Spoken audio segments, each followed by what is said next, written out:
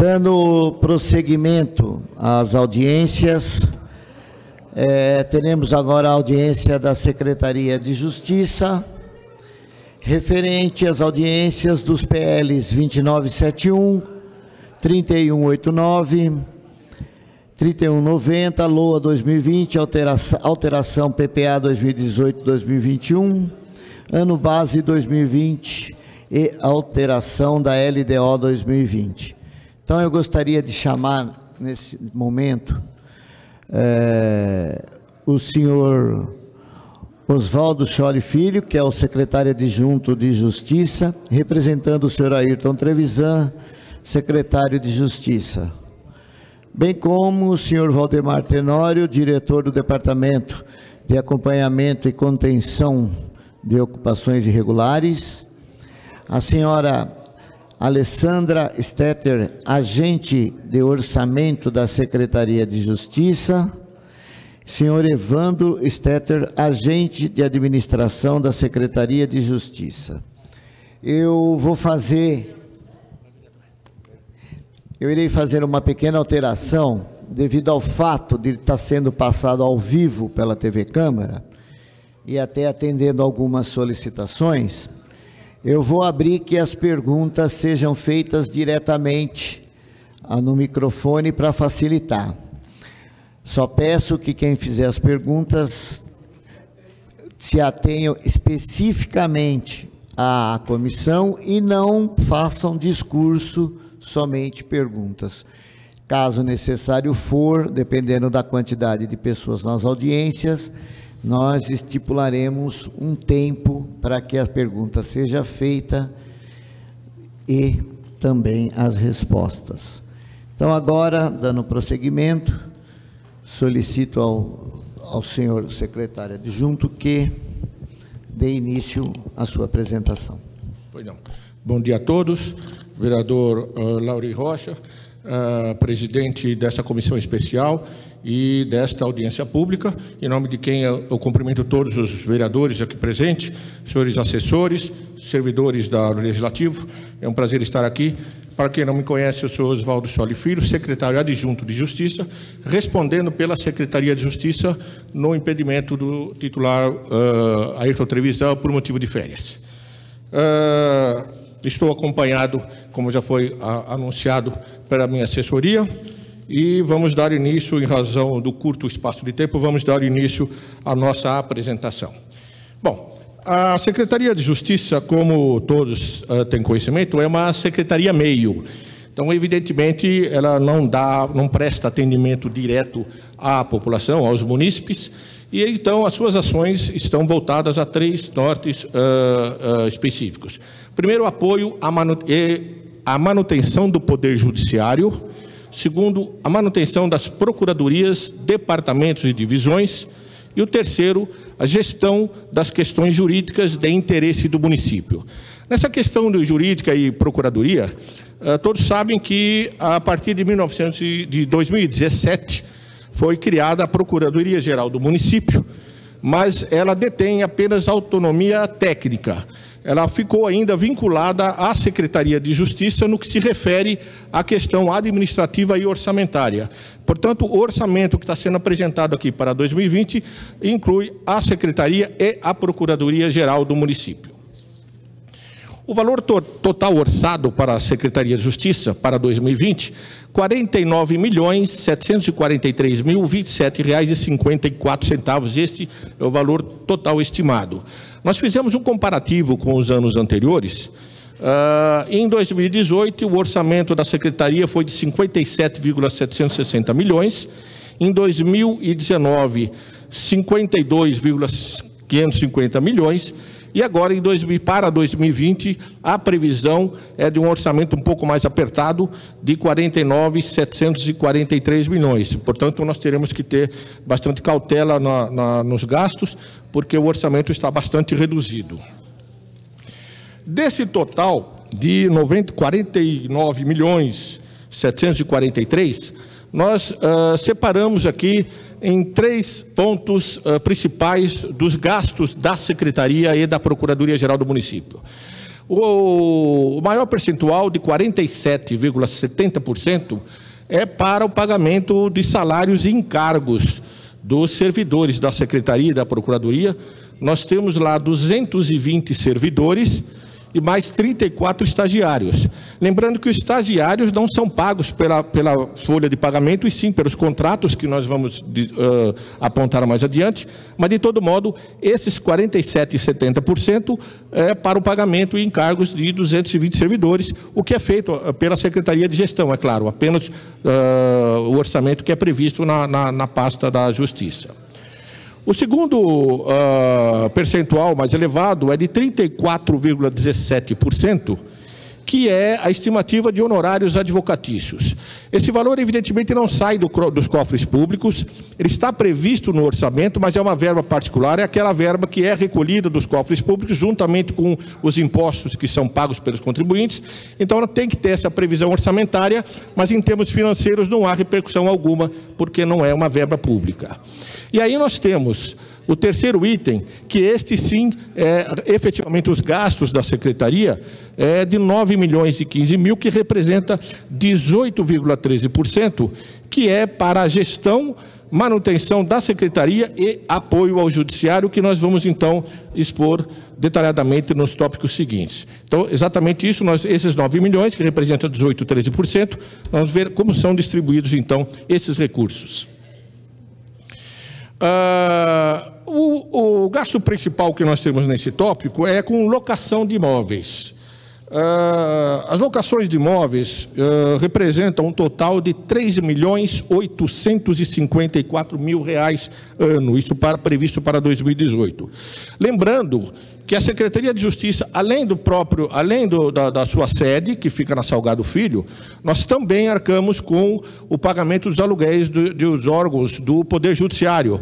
Então, a vara da família, ali na Felício Marcondes, a vara das execuções fiscais, na Rua dos Metalúrgicos, o juizado especial na Rua IP, são 2 prédios na Rua IP, e mais os cartórios eleitorais. Então, esses recursos de 3.854.000 são para pagamento dessas locações sob a responsabilidade da Secretaria de Justiça. O próximo item de despesa é com o contrato de informática. Nós temos um contrato de informática, inclusive está vencido, a licitação está para terminar, o departamento de licitação já está concluindo a licitação para a contratação da empresa que irá dar continuidade a esse serviço de informática na Secretaria de Justiça, e o valor estimado para isto é de R$ 1.631.300, que é justamente para gerir o sistema informatizado da cobrança dos créditos da dívida ativa. E aí nós temos em seguida as custas processuais. Essas custas processuais nós temos em ARs digitais R$ 1.400.000. Pode parecer um valor bastante expressivo de despesa, mas lá na frente eu vou explicar para os senhores e senhoras que esse valor, comparativamente falando, não é tão alto. Além das ARs digitais, nós temos o valor estimado para as diligências, oficiais de justiça, custas processuais e outros encargos do processo judicial em si. Temos também um contrato com o Correio que é de postagem e nós chamamos de higienização cadastral. O que é esse contrato dos Correios para postagem e higienização cadastral? Nós fazemos nos processos eletrônicos aquelas citações com aquelas custas, com aquele repasse das ARs digitais, mas muitas vezes o contribuinte não é encontrado. Então, nós temos esse contrato com o Correio, que eles têm um sistema, um cadastro próprio, eles têm um acervo próprio de endereços que vai nos facilitar caso o nosso cadastro esteja desatualizado. Então, esse contrato serve, além da postagem, do serviço da postagem propriamente dita, a segunda diligência, também desse higienização cadastral. Aí nós temos os custos com os estagiários. Como eu disse, os estagiários que nós temos na Secretaria de Justiça, em torno de 35, não são pagos com verba da folha de pagamento, e sim dos contratos. São R$ 443.000 distribuídos para 35 estagiários, o que daria em média aí, em torno de R$ 1.000 por estagiário. Em seguida nós temos as custas de cartório. As custas de cartório representam aquelas despesas que a Secretaria precisa gastar para certidões, registros das suas matrículas, inclusive certidões dos cartórios de São Paulo, que muitas áreas ainda estão em transcrições antigas. Nós precisamos obter essas matrículas ou essas transcrições dos cartórios. Esse valor todos estão estimados aí em torno de R$127 mil para isso. E a partir daí nós temos as despesas ordinárias, as despesas corriqueiras de energia elétrica, pagamento de honorários periciais, que esses honorários são para os peritos, engenheiros ou outros peritos que são demandados nos processos e que nós precisamos arcar com isso, as despesas com máquinas reprográficas, contas de água, contratos de manutenção, tudo aí discriminado, né? São despesas de menor valor. Despesas com telefonia fixa e manutenção da frota, combustível. Aliás, uma novidade com relação ao combustível, porque nos exercícios anteriores não era destinado às pastas, o combustível era pago pela Secretaria de Transporte, e neste ano de 2020 está previsto esta verba para a própria Secretaria, para que nós possamos aí abastecer os nossos 8 veículos que temos lá.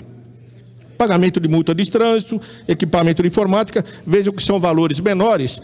Eu acredito que não seja necessário eu ficar aqui me estendendo com relação a todos esses pagamentos, mas estão aí, eu vou apenas elencar: equipamento de informática, assinatura de periódicos, são diários oficiais e essas coisas, serviço de telecomunicações, material elétrico, cursos de capacitação, locação de equipamentos de informática, recarga e manutenção de extintores, telefonia móvel, fornecimento de alimentação. Aqui um destaque: essa alimentação, na verdade, é para a Justiça Eleitoral por ocasião das eleições. Nós teremos eleições no ano que vem e nós somos, então, todos os anos temos que fornecer os lanches e tal para o pessoal que trabalha, então está orçado esses valores aí de R$ 1.200 para cada turno da eleição para fornecimento de alimentação. Equipamentos de escritório e todos os demais itens aí de valores pequenos, R$ 1.200 aí, em torno de R$ 1.200, para todas as despesas ordinárias da Secretaria. Material de suprimento, assinatura digital, diárias, autovistoria, que é o AVCB, e isso tudo, locação de geradores, gerando aí uma despesa de R$ 9.015.000, que é com relação aos contratos que nós temos. Agora eu vou detalhar um pouco mais com relação às locações dos imóveis. Por quê? Nós tivemos uma novidade, teremos uma novidade para 2020, porque os prédios locados, as unidades do Poder Judiciário do Fórum, eles irão ser transferidos. Houve uma solicitação do juiz diretor do Fórum, Dr. Paulo Scaff, que ele estava preocupado, com justa razão, inclusive, com essas unidades do Fórum espalhadas em vários prédios, e houve essa preocupação de unificar em um prédio só. E quando chegou lá na Secretaria, para que nós também concordássemos, até porque tinha o valor de locação que nós tínhamos que concordar, a condição que a Secretaria e o próprio prefeito Guti impôs para que fosse feita essa mudança, benéfica até, era que não houvesse nenhum reajuste dos valores atualmente pagos. Então, ou seja, o que está sendo pago hoje, em 2019, para os prédios dos cartórios eleitorais, das varas da família, da vara das execuções públicas, não poderia ultrapassar o que vai ser pago no prédio da Rua dos Crisântimos. Isso foi feito através até de uma parceria com o Tribunal de Justiça, porque o valor do prédio que está sendo locado é superior a isto. Então, com parceria com o Tribunal de Justiça, o tribunal vai arcar com essa diferença e a prefeitura vai assumir apenas e tão somente o valor que já estava previsto para esses prédios atuais, que serão evidentemente desocupados, é claro. Aliás, nós tivemos uma pequena redução de R$ 4.000 em relação a esses valores, isso sem considerar os reajustes que obviamente teriam nesses contratos de andamento, que nós temos os contratos aí desses vários imóveis que seriam reajustados, e nós estabelecemos esse prazo vigente hoje para o novo prédio da Rua dos Crisântimos. O único prédio que ficará locado ainda é o do Estado, é o do cartório eleitoral de Cumbica. Esse ficou mantido lá porque, evidentemente, por uma questão de logística, não seria razoável trazer o cartório eleitoral de Cumbica para o centro. Então, essas despesas somam 3.854.000, e aqui a explicação com relação a essa alteração das locações. Com relação aos contratos, aí uma explicação com o serviço, por exemplo, de manutenção preventiva, não há muito de elevadores, corretiva de elevadores, isso não há muito o que explicar, está aí esse valor estimado de 38.900. Agora, os contratos de Correios, esse sim que eu disse lá atrás que parecia um valor muito alto. Esse contrato com o Correio de R$1 milhão, ele será necessário para que possamos fazer 75 postagens ano. E isso com a higienização cadastral. Então, nós estamos falando em 75 mil postagens, considerando R$1 milhão ano, significa uma média de R$13 por postagem, com a R, evidentemente, porque, como é uma notificação, uma citação judicial, obrigatoriamente tem que ser com aviso de recebimento. E mais a higienização cadastral, está incluído nesse preço, que é aquele cadastro alternativo que o Correio tem para nos auxiliar caso o nosso cadastro esteja defasado. Por isso, esse valor de R$1 milhão, que representa 13 por postagem. O contrato de informática está estimado em R$1.630.000. Nós estamos convictos que teremos uma redução nesta licitação que está em fase terminal lá no Departamento de Licitação. Pelas cotações que nós fizemos, eu acredito que nós conseguiremos reduzir. De todo modo, há uma incógnita e não por isso nós mantivemos esse valor do contrato atual. E o contrato da Arisp, que é para certidões de matrículas, R$31 mil, totalizando, então, R$2.700.000.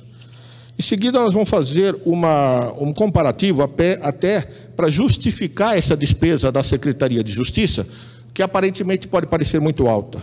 Então, vejamos, no ano de 2018, nós tivemos R$443.000 de gastos para a recuperação de créditos judiciais, mas conseguimos arrecadar R$169 milhões.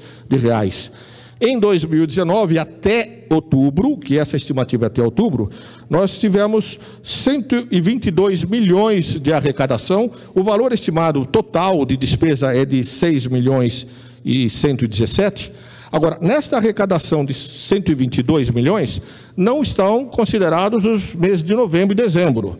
Como nós estamos com uma anistia aí, uma média estimada aí de 13 milhões mensal, é isso? Em 15 milhões, então nós temos aí um acréscimo aí de 30 milhões, então deveremos ultrapassar os 150 milhões de arrecadação em 2019.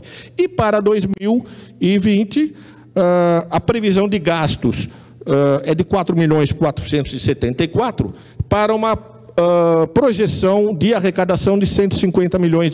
Então, os senhores vejam que a média de custo para a recuperação de créditos judiciais é de 3% a 5% do que se arrecada, o que não é um valor tão expressivo assim, embora nominalmente possa parecer um valor alto.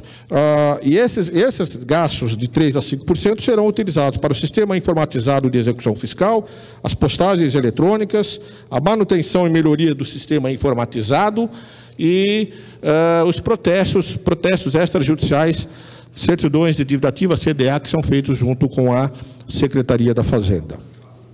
Feitas essas explanações de uma forma bem sucinta e bem objetiva, eu quero apresentar aqui agora os nossos objetivos para 2020 da Secretaria de Justiça. O primeiro deles é, evidentemente, tentar aumentar a recuperação dos créditos fiscais. Isso através dessa higienização do cadastro, que nós estamos falando, através do contrato com o Correio, para que as notificações não retornem, porque o grande problema que nós temos na dívida ativa é, em razão desse cadastro desatualizado, o contribuinte não é encontrado e aí esse crédito não é recuperado. Com essa higienização, numa segunda intimação, certamente nós teremos mais chance de encontrar o devedor e, por isso, ter sucesso na execução. Segundo, a execução do crédito oriundos do SAI. Evidentemente, esse acréscimo será pequeno, evidentemente, mas virá para o município com a extinção do SAI. as cobranças que estão sendo feitas em dívida ativa da autarquia passarão a ser do município e, evidentemente, esses créditos virão para os cofres da prefeitura. Segundo item de importância para a nossa secretaria é avançar no tombamento das áreas municipais com a identificação das áreas ociosas, ocupadas e permissionadas. Nós herdamos, lamentavelmente, um problema muito grave com relação às áreas públicas, porque o nosso tombamento está defasado. Nós não tínhamos um controle efetivo de quais áreas públicas nós temos ocupadas, quais estão permissionadas, quais estão vazias e qual equipamento público está lá instalado. Claro, a maioria delas nós temos, mas não tínhamos a totalidade.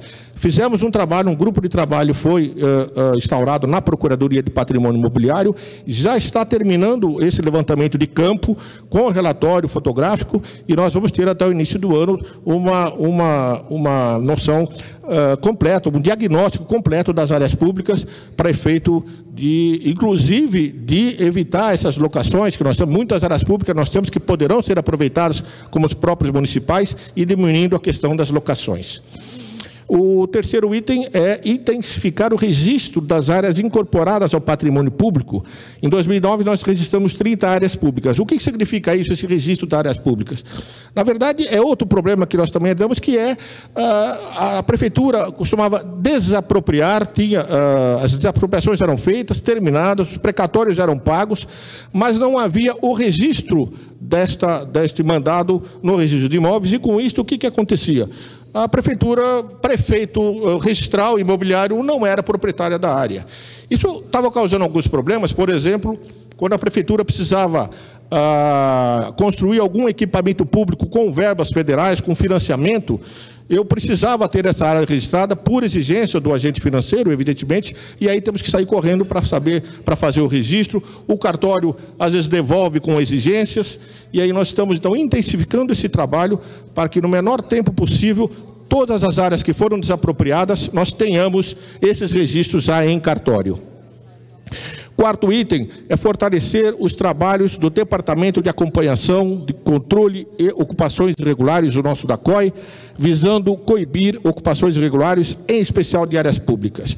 O DACOI foi um departamento criado pela Lei 7.550 de 17, que está sob a direção do nosso querido Dr. Valdemar Tenório, que tem feito um trabalho exemplar face aos poucos recursos que ele tem, materiais humanos que ele tem para isso, mas ele conta com as demais secretarias que estão nos auxiliando para evitar essas ocupações irregulares. Por quê? Guarulhos, a exemplo de outros municípios da Grande São Paulo, sofre com esse problema de ocupações irregulares.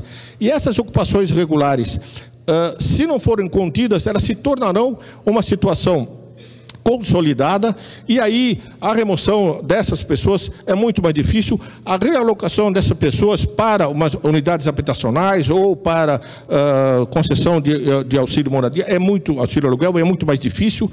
Então, o trabalho do DACOI é justamente intensificar esse trabalho de coibir ou de minimizar essas ocupações já no início. E isso está sendo feito e nós procuraremos, na medida do possível, incrementar e dar condições para que o Dr. Valdemar Tenório possa ter isso na sua empreitada.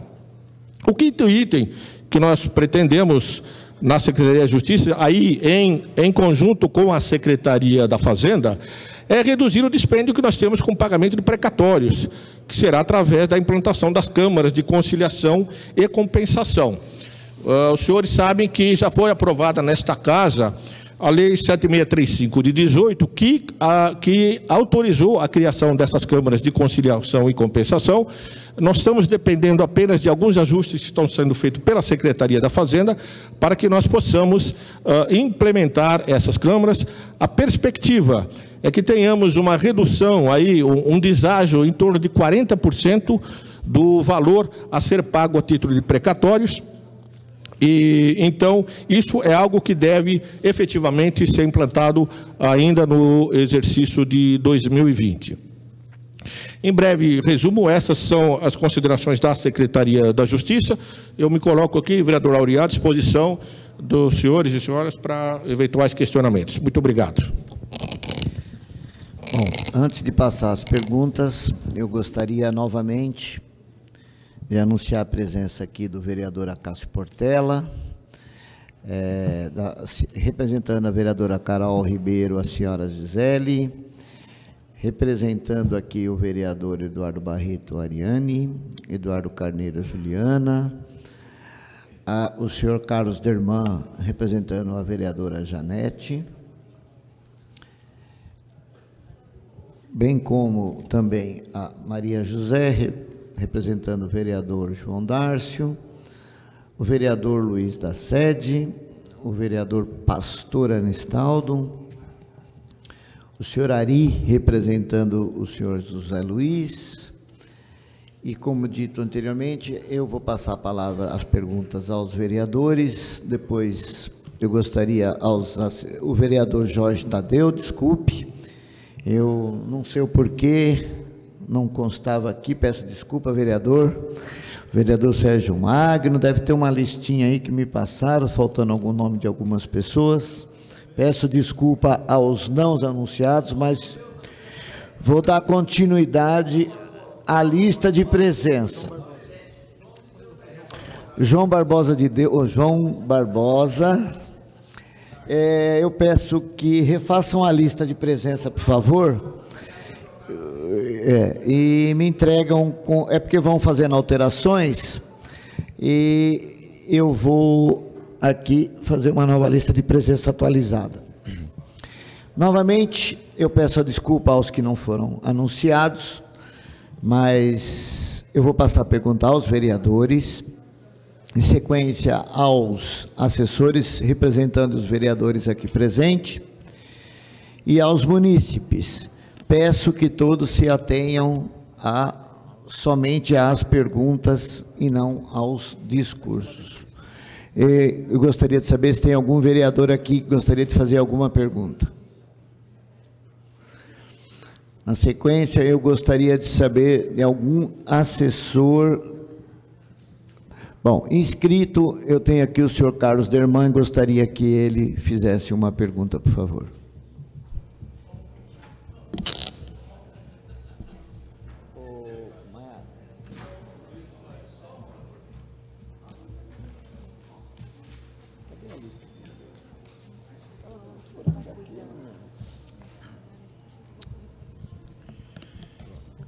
Bom dia, cumprimentar o secretário em exercício, né, e toda a sua equipe, cumprimentar os vereadores presentes, demais presentes.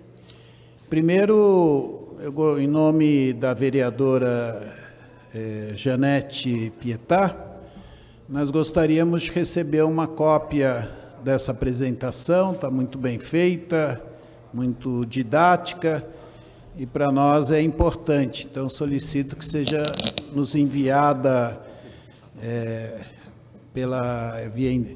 pelo e-mail uma cópia da apresentação. Também gostaria de perguntar duas questões, né? Primeira questão nós temos acompanhado uma série de ações de reintegração de posse movida por particulares, mas envolvendo milhares de pessoas. Tradicionalmente, a Secretaria de Justiça busca intermediar buscando uma solução menos traumática, enfim, né, procurando uma saída que evite simplesmente o despejo, né, a questão de ir para a rua todas as pessoas. Gostaria que o secretário em exercício falasse um pouco sobre isso. E outra questão, a importância da Secretaria dos Assuntos Jurídicos para a questão do controle da legalidade dos atos do Executivo.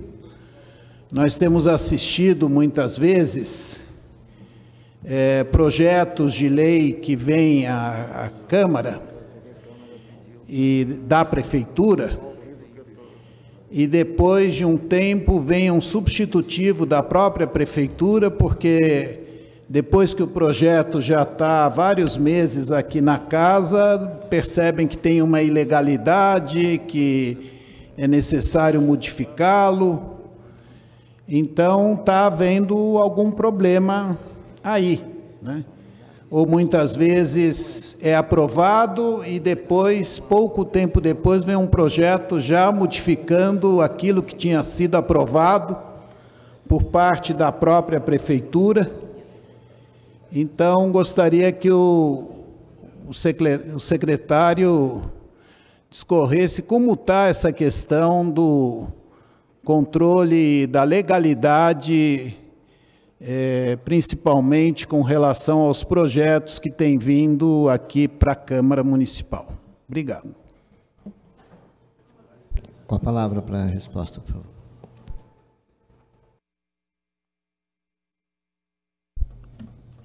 Senhor Carlos Derman, ex-vereador, ex-secretário de Saúde, representando a vereadora Janete Pietá, com relação à primeira indagação das ações de reintegração, na verdade, é fato, a Secretaria de Justiça, através da COI, do Departamento de Acompanhamento e Controle de Ocupações Irregulares, sob a direção do Dr. Waldemar Tenório, tem, sim, intermediado essas negociações.